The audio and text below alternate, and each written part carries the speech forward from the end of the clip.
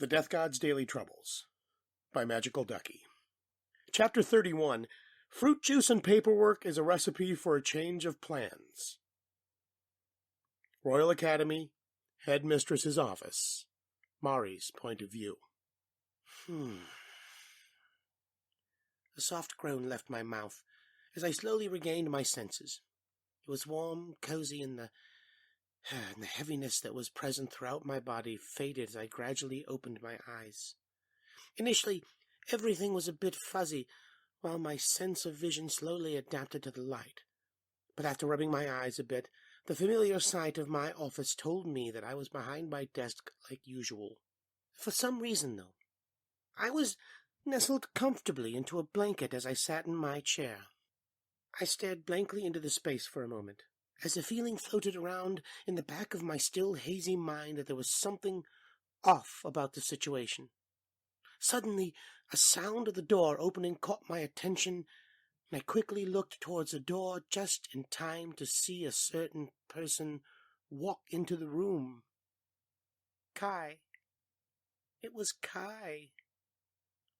He had a stack of papers under his arm as he entered, and the moment I saw him it was like the fog clouding my mind started to clear up a bit.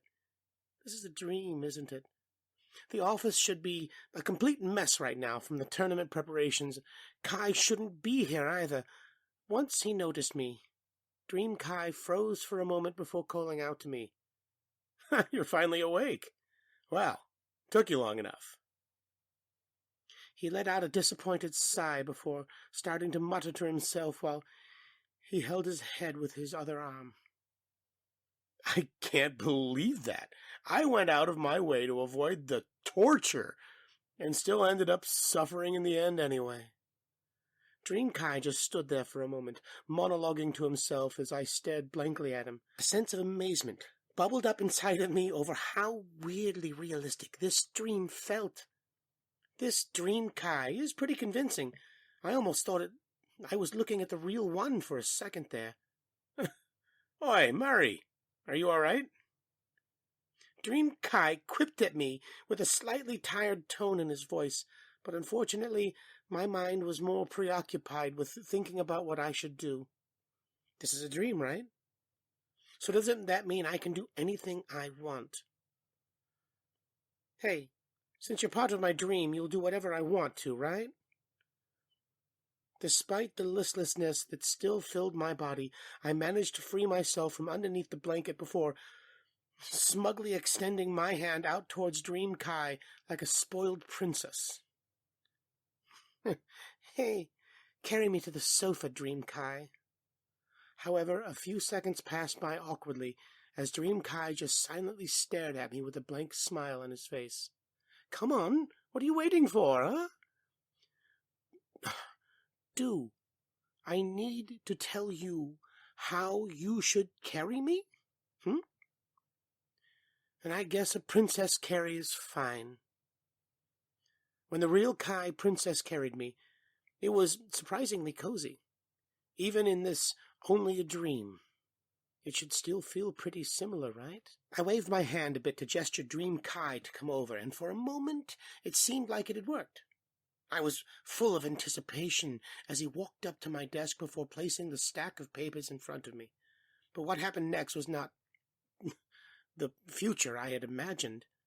Instead of the pleasantly cozy Princess Carrie that I was expecting, what I got instead was the sound of a cold, angry voice. I see. You're still asleep, huh? I quickly raised my head in confusion, but the only thing I saw was this angry smile on Kai's face as he reached over and started to pull on both of my cheeks. Oh, does this hurt? Instantly, all of the remaining haziness in my mind was blasted away, and the sudden sensation of Kai pulling on my cheeks made me cry out in the cruelty and pain before he responded to my explanation with a sarcastic tone in his voice. Well, of course it hurts. After all, pain is the best way to tell if you're in a dream or not, isn't it? I can assure you, this is reality. All right, I'm awake. Stop pulling on my cheeks. A few seconds later, Kai finally stopped his ruthless assault on my face and took a step back while letting out a satisfied breath.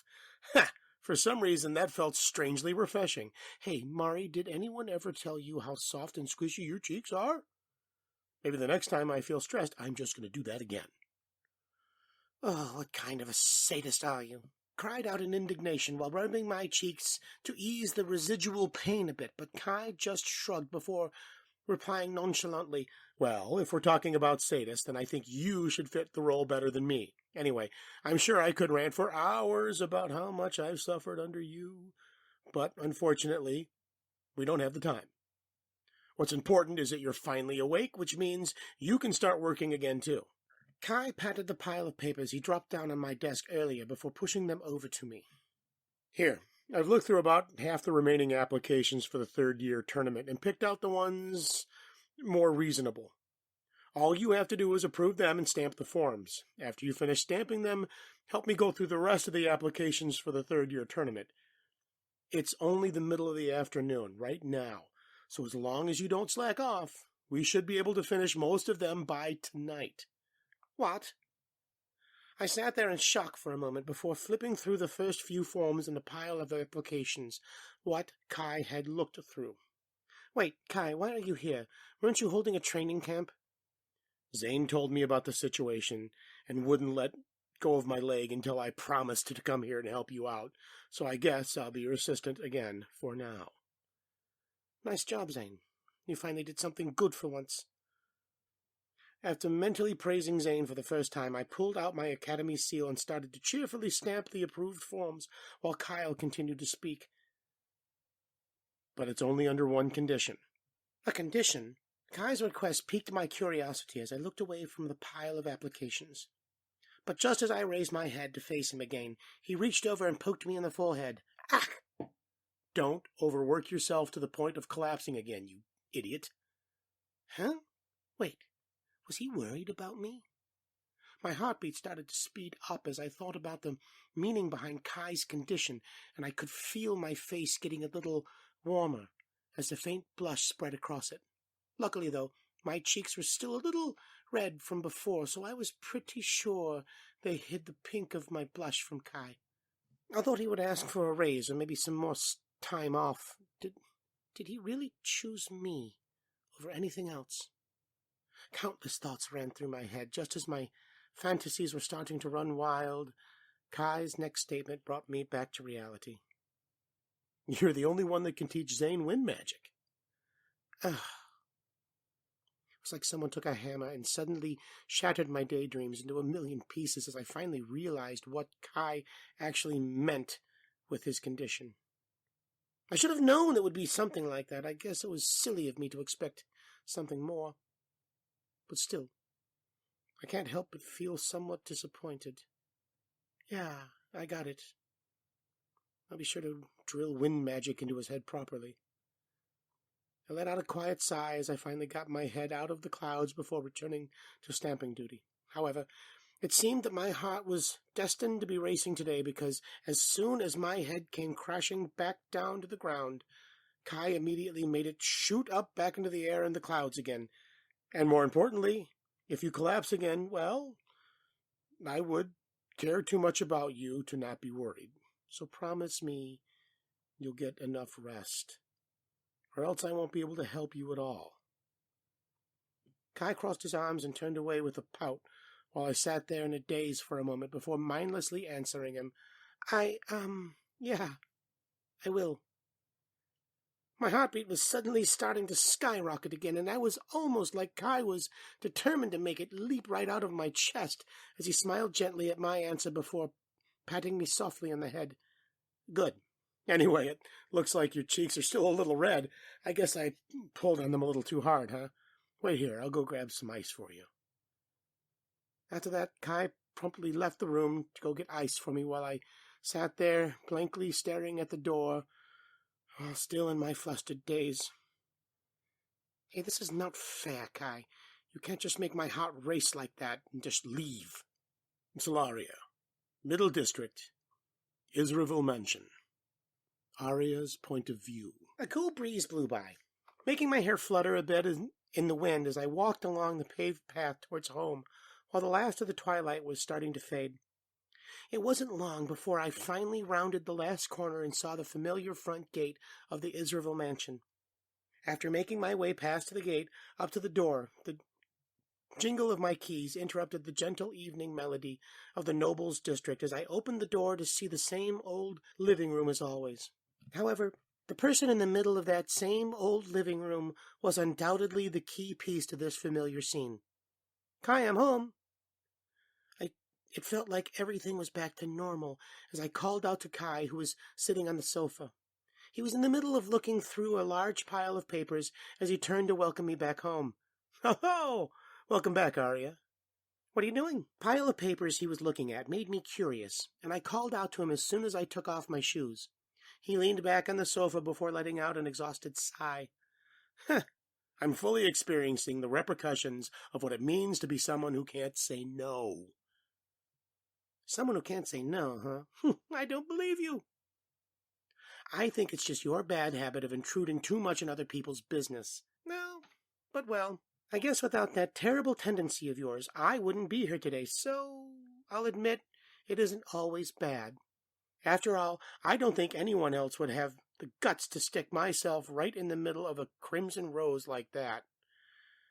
I couldn't help but to find my situation a little comical as I thought about our past days adventuring in Delhurst. And after a moment, I walked over to Kai's side with a mischievous giggle. "Hey, so what did you get roped into this time?" In a moment of, poor insight on my part, I decided I would be a good professor for once. I promised one of my students I would help him out. But his situation's a little complicated, so I ended up having to help the headmistress finish the preparations for the academy tournament instead. "Tournament preparations? That doesn't sound too bad." "It's easy for you to say. You're not the one drowning in paperwork. At this rate, I'm going to change my plans for the training camp next week." "Huh, really?" "Well, if we somehow manage to finish all the preparations by the end of the weekend, then maybe I can get back to the original plan, but I doubt it'll happen. I'll probably end up having to sort through all the paperwork in the mornings next week, then just holding the training camp nearby for a few hours in the afternoon instead." Kai held his head while letting out a tired sigh, but contrary to his exhausted mood, I was secretly excited as I thought about the prospect of keeping Kai around for the next week. But wait, if he finishes the preparations by the end of the weekend, he'll go back to the original plan. He said it probably wouldn't happen, but that means there's still a possibility, right? I can't just leave this one to chance. Well, if you're going out of your way to help, then there's bound to be some unavoidable compromises, right? I think it'll be fine if you just have the rest of your training camp nearby. I'm sure everyone will understand as long as you explain the situation to them. Yeah, I guess so. But it will still be a pain in the neck for me. Kai had a bitter look on his face as I cleared my throat nervously before proceeding to the next countermeasure in my plan to keep Kai at home. "Anyway, I'm a little thirsty, so I'm going to grab a drink." Kai returned to his sifting through the papers as I quickly made my way over to the kitchen. After opening the fridge and pulling out a random carton of fruit juice, I poured 2 glasses and made my way back towards Kai while mentally preparing to execute my devious plan. I just have to spill some juice all over his papers, and then he definitely won't be able to finish them in time. If I make it look like an accident by pretending to spill it while passing it to him, it shouldn't seem too suspicious either. "Here, Kai, I got a drink for you." "Oh, thanks, Arya." Right after he thanked me, Kai extended his arm out towards me and waited for me to hand the drink over while he continued to read. Suddenly my eyes glimmered with determination for a split second as I realized this was the opening I needed and quickly tossed the cup towards him at an angle where it would spill all over the papers. However, unfortunately, it seems like Kai was paying just enough attention to react in time. "Hey!" He immediately reached out with both hands and just barely caught the cup in midair before letting out a sigh of relief. "Phew, that was close." "Damn, he caught it. What should I do?" I started to panic a bit once I saw that Kai had safely avoided my sabotage, and a quick glance around didn't help me much in thinking of another option either. But after a moment, I remembered something important. I was also holding a drink. Hey, be more careful with... After placing the cup down on the table, Kai started to turn towards me while berating me about my carelessness. But before he could even finish his sentence, the sound of juice splashing everywhere interrupted him. Ah! There was a moment of awkward silence as Kai caught me red-handed in the middle of pouring juice all over him and his papers. And it wasn't only after the last of the juice dropped down Kai's face that he asked me a question with an angry smile. Arya, would you mind explaining to me what you're doing? I'm sorry, Kai. It was an accident. An accident? How strange, because to me it kind of looked like you were just pouring juice all over me and ruining my documents. Kai's stare was starting to make me feel nervous. As I scratched the back of my head innocently before reassuring him that it was just a clumsy mistake on my part. It must have been your imagination. I swear it was an accident. Anyway, I have to go, prepare for tomorrow? So good luck with the rest of your tournament preparations. Beads of sweat were beginning to form on my forehead as I let out some nervous laughter before averting my eyes from Kai's suspicious gaze. I turned around and started to scurry towards the stairs, but before I could make my escape, Kai grabbed me by the shoulder. Oh, you're not getting away that easy. Damn it. Regardless of whether it was actually an accident or not, you made this mess, so at least help me take care of it. I could feel Kai's grip on my shoulder get a little tighter as he cried out in indignation, and when I turned around again, he was pointing at the juice-soaked pile of papers. Oh, let me get a rag then. I'll have to clean in no time. That's not what I meant. Huh? Later that same night. How much more is there? About half a pile. Ty took a quick glance around the remaining request forms before handing me the next one in the pile.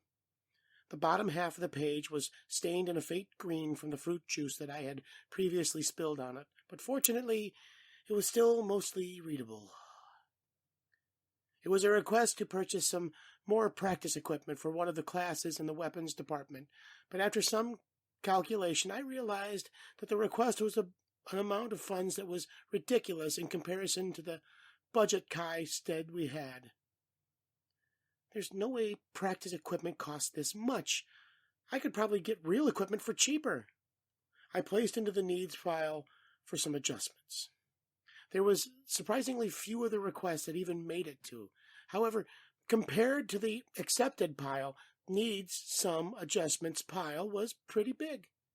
Some of the requests had met their cruel fate by Kai's hand and unhesitantly dumped into the rejected pile, which seemed to be getting larger by the minute. Well, maybe it seemed a little harsh to reject so many of these requests, considering that they were heartfelt wishes of countless students and professors. But to be fair to Kai, from what I'd seen so far, a lot of these requests had close to no sense in reality with the scale of their requests. One of them even requested that an entire 100-foot-tall statue be built to raise the morale of the magic department students before the tournament. Well, at least this one was a pretty normal request compared to the previous ones. I peeked at the slowly growing needs some adjustments pile one last time before asking Kai to hand me some requests. Pass me the next one, Kai. Here you go. But just as I reached out to grab the next request from Kai, the sound of my stomach growling echoed through the room. Kai just stared at me for a moment as my face started to faintly dye itself red from embarrassment. Oh, you're hungry. Oh, is it that late already? Wait, what's that supposed to mean? Am I an alarm clock? No, just a glutton that I'm all too familiar with. I pouted cutely in response to Kai's joke as he chuckled a bit before reaching over and patting me in the head. Anyway, since it's getting late, I'll go make us dinner, so I guess you're off the hook for now. But you're back on duty after dinner, okay? After giving me a break, Kai walked over to the kitchen, but I continued to pout before hugging my knees as I grumbled to myself, not that much of a glutton. The Goddess of Love's Divine Domain. Ritual Grounds. Rena's point of view. Advice for sensing the natural law of fire. It just comes to you naturally. The image of Master Sarah shrugging nonchalantly appeared in my mind as another breath of fresh air entered my lungs. When I continued to meditate, it was like I was constantly on the verge of sensing something other than the gentle breeze blowing past me, but every time I tried to hone in on it, on that faint feeling, it would quickly start to fade away. After one last attempt, I finally decided it was time to take a break from seemingly fruitless endeavors, and I opened my eyes to see Lady Eliza chatting with Master Sarah when they continued to work on the new costume design. Ugh. Did you have any luck this time, Rena? Not yet. I couldn't help but let out a disappointed sigh before standing up and walking over to them with a groan. Ugh, I've already meditated so much, but it feels like there's just one tiny barrier left that I can't seem to break through no matter what I do. To be honest, I'm starting to think there might be something wrong with me. Maybe there is something wrong with you. After all, the level of affinity to fire you have, the natural law of fire should be beyond easy to sense. Wouldn't you normally try and cheer me up in this situation? Tears began to well in my eyes as Master Sarah stared at me like I was some sort of rare creature. Don't be too down, Rena. I'm sure you'll get a hang of it in no time. I whimpered in response before Master Sarah gave me a suggestion. Well, if it isn't working, maybe you should try using another method. Another method? Yeah, but I can't think of anything right now. Maybe I'll surround you with the natural laws of fire. It'll make it easier to sense them. Won't I die if you surround me with the natural laws of fire? Well, I think I'll stick to meditation. Lady Eliza, you can use that natural law of love, right? How do you do it? I turned towards my last hope, Lady Eliza, with a desperate glint in my eyes. After seeing the confused look on her face, I was forced to face the cruel reality that neither she nor Master Sierra would give me any useful advice. How do I do it? I don't know. I just kind of feel it. Right. That doesn't help much. Sorry, Rena. Honestly, it's just kind of how it works for me. At least give me a description of what I'm trying to sense then, Master Sarah. What does the natural law of fire feel like? Lady Sierra thought for a moment about my question before answering in a slightly unsure voice. It's kind of like an intense, hot-blooded feeling, I guess. That's way too vague. Well, how am I supposed to describe it? To me, it's the natural laws of fire. It feels just like the natural laws of fire. It's like if you asked me how to describe what it's like being yourself feels like. Ugh. What about you then, Lady Eliza? What does the natural law of love feel like? I guess if I had to describe the natural laws of love, it would be like, warm and fuzzy. It's kind of like how your heart flutters when you interact with a person that you like. After answering my question, Lady Eliza giggled to herself before Lady Sarah moved on with the conversation. Well, if you really can't sense the natural laws of fire, then there's really no point in trying to force it. I'll just be a waste of time. I guess so. Maybe I should just give up on the natural law of fire for now. I'm sure just normal fire magic is enough. After making my decision, it felt like a weight had lifted off my chest, and then I let out a sigh of relief as Lady Eliza called out to me and Master Sarah. Anyway, I think the new costume design is done. What do you think? Lady Eliza held up the drawing of a new costume design that she was working on with a triumphant smile.